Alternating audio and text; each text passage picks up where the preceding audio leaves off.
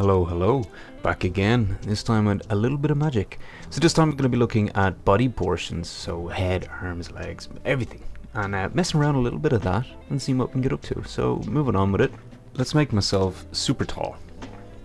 I think I look ridiculous. But if we don't want to be that, we can just go back to being relatively normal proportioned. And we move on throughout the level. But you can set this up in whichever way you want, even if you want the person to load in and be a specific size. I believe you're going to be able to do that too. So, I want to change myself. I want to be a fighter. So, let's make myself into somebody from the army.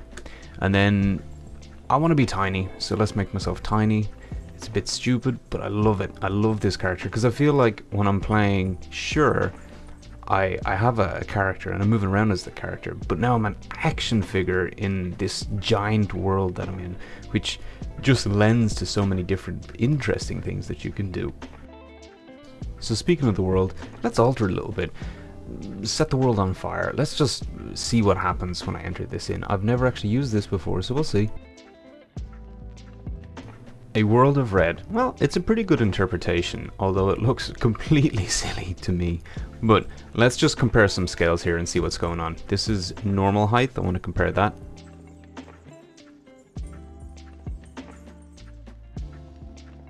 Let's see what will look like giant. Huge. Interesting. I like it. How about skinny though? Particularly odd looking. Alright. So going from that, I made myself mini, and look what you can do. You can walk through little gaps now. So the little open windows and things, or little cracks that you create, now you're able to slip around, which makes it for quite an enjoyable level if you were to make a level that has to be scaled to a tiny person. So I think I'll be making something like that relatively soon, just to see, like a race, but in a way where you have to fit between objects which are completely tight, which this giant buff dude is not going to fit between in any way. But while we're giant and buff, I think we should go fight something. So I believe I spawned some monsters over here. Yeah, I did. Alright, now, despite being absolutely massive, I don't think I'm going to stand a chance against all of these, but let's give it our best go. No, I just got rocked. But I do know how to deal with this, so I'm going to give myself a gun that shoots rounds exceptionally fast, and they're explosive. And this should really deal with these guys, so let's just breeze through this and annihilate them. There's something just super satisfying about an explosive gun. I don't know what it is, it's just great when there's a horde of enemies coming at you. Okay, giant guy firing explosives, all fun. But what happens if we're super small and we're doing it? Yeah, it looks utterly ridiculous. Let's throw this on super speed, move through it, and just blow them all up. It's kind of hard to deny, but those explosions, the effects just look great, and with the skulls of the enemies, it's just so fun to do that. I really just enjoy that. I'll spawn into a level and just do this for the fun of it.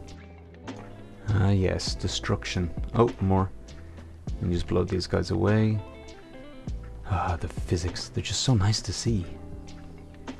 Okay, so let's turn the world into snow and let's have a little chat. So all of this, all of the size changes, it's character customizable. So yes, there will be more to come, but this is the start of the character customization, to morph your character into what you want.